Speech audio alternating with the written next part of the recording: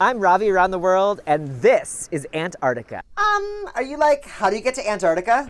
I went from New York to Santiago to Punta Arenas to King George Island and hopped on the glorious Greg Mortimer ship. Let's learn what lights up the expedition leaders on Aurora Expeditions. What ignites you about Antarctica? What doesn't ignite me about Antarctica, Ravi? Come on, look at this place. You're fully at the edge of the world. This is the end of the world, as you know, and it never looks the same. Every day, it's a different scenery, it's a different light. If you just stop and listen and observe, this place is magic. I am a naturalist with Aurora. Some people think that's the people that run around naked. It's not. That's a naturist. A naturalist is an old term of actually people back in the day that tried to look at nature and put the pieces together and observe it, study it, and come up with a story and try to make sense of it. This place is amazing and humbling, and every day is like Christmas. Today we were listening to whales echoing off the cliffs while an avalanche was happening, and we had spy hopping humpbacks yesterday. We've had orcas, we have penguins, rafts of penguins swimming by. I mean, the place just speaks for itself. Here you can actually see world-class fossil sites in their original condition. To visit Antarctica is to undergo a life-changing experience in the sensation of being at the end of the world, on the vast continent with no permanent human habitation, just like mountains, rocks, ice, and just to think of it, Antarctica is extreme. Everyone is welcome here in Greg Mortimer, regardless with your sexual orientation or gender identity. Like, I originally came down here for the penguins and the glaciers, but there's such an interesting history down here as well, like the human aspect of it. If you want to see something that's truly unique, you want a chance to meet really cool people, because the type of people who come on these trips are often quite interesting in themselves, and you can still have a good time. I've had lots of barbecues on the outside decks where you're out drinking until midnight. We look after you really well, and I think you guys would agree who are coming here as a sort of reconnaissance trip. And don't be scared about the crossing. A lot of people are scared about the sea voyage. There are lots of medications you can take, and if you like, we can make you sleep the entire time so that you don't feel the motion sickness. And this boat is fantastic for motion. It's got an X-bow, it's really, really great. So I'd say don't feel uncomfortable about that. I think you'll be fine. One of the most beautiful things, especially with the kayaks down here, is like nature show us how tiny and little we are. I love that nobody lives down here, so there's no humans that develop any kind of technique to live here for a long time. So just people surviving. Would you say that I am a solid athlete after witnessing me doing kayak? I think kayaking in the Olympics, we got to watch out for you, mate. Ravi, we're all in Antarctica! Ah!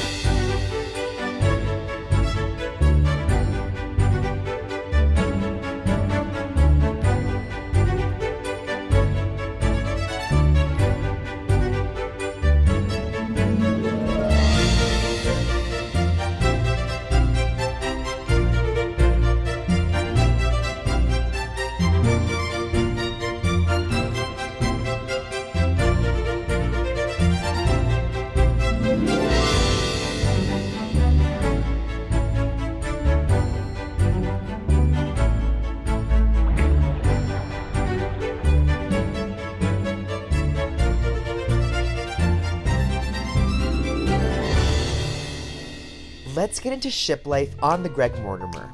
The estate rooms are so glorious, and I highly recommend getting one with a balcony. The meals are out of this world. Breakfast and lunch are buffet every day, but they're always changing, and the dinner menu is different every single night, and it is fabulous, especially as a vegetarian.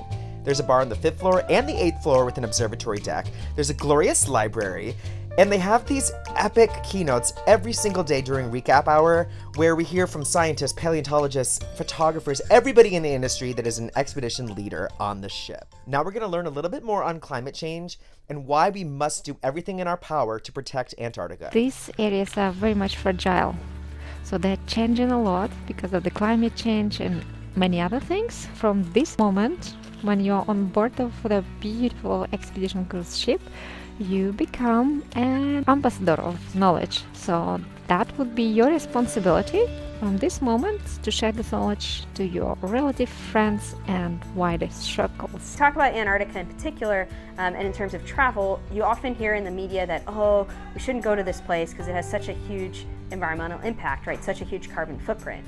And that's 100% true. No one who's actually basing their knowledge and fact could deny that. We fly, all of us, down to Argentina or to Chile or to New Zealand, and then we sail down to Antarctica. There's a huge carbon impact to it, whether you're staff, crew, or a guest on a trip, right? But the way I think about it is everyone has to do their own kind of moral calculus as to what makes sense to them. You could come down here and you're having a big carbon impact on our planet, and of course the Antarctic is a really sensitive region, especially when it comes to climate change. But you could also expend nearly the same amount of carbon footprint traveling to Paris. You know, you could go sit on the beach and choose your beautiful tropical island of choice, right? Or you could come down here and we can make it an educational experience. If you can convince one person that climate change is happening, if you can convince one person that Antarctica is important, does it completely outweigh the carbon impact? No. But does it have a better impact for the longer term of our planet? Hopefully. See it before it melts. This part of the Antarctic Peninsula is most heavily affected by climate change and is losing a lot of the ice and snow. If you want to go to the last wilderness on the planet, if you want to experience what this planet can be without humans buggering everything up, then this is the place you've got to come.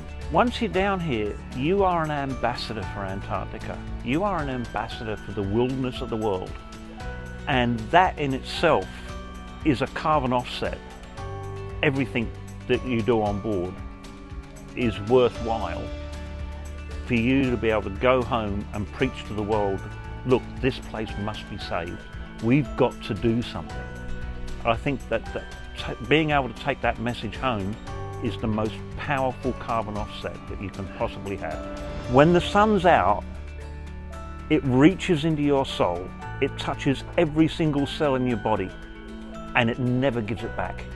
You will always have a part of your soul that will remain Antarctica. Antarctica. Antarctica. Visiting you has been absolutely iconic. I have dreamed about this ever since I was a little kid. Cruising with Aurora Expeditions has shown me how much the expedition team truly cares about this land. Every day felt like the coolest science class ever. We learned how Antarctica is not owned by anyone, but it is governed by an Antarctic treaty. IATTO is the organization founded in 1991 to advocate and promote the practice of safe and environmentally responsible travel to the Antarctic. IATTO rules this continent, and we must play by their rules. Each landing spot has restrictions for capacity of people and enough time between visitors so that the land has time to heal, regenerate, and recover. They have us clean our boots before stepping onto the land and afterwards so we don't bring anything in and nothing gets back brought on that ship. This form of sustainable travel means you're not allowed to sit or touch anything on land. No grabbing rocks and keeping a safe distance from the wildlife. The folks on Aurora Expeditions go above and beyond to educate us all about the history, geology, geography, biology, paleontology, and photography for each expedition. In fact, we've all become ambassadors for this continent, and it is now our responsibility to share these stories and keep Antarctica alive. I have fully embraced being a wilderness man, whether it was kayaking amongst glaciers or snorkeling with the wildlife. I cannot wait to bring even more color and sail with pride on this very ship right here in 2025 on Pride Cruise with Pride Tours. So you can sign up right now in my description underneath. If y'all enjoyed this video, please leave me a comment below, like, and subscribe, and I'll see you on my next adventure.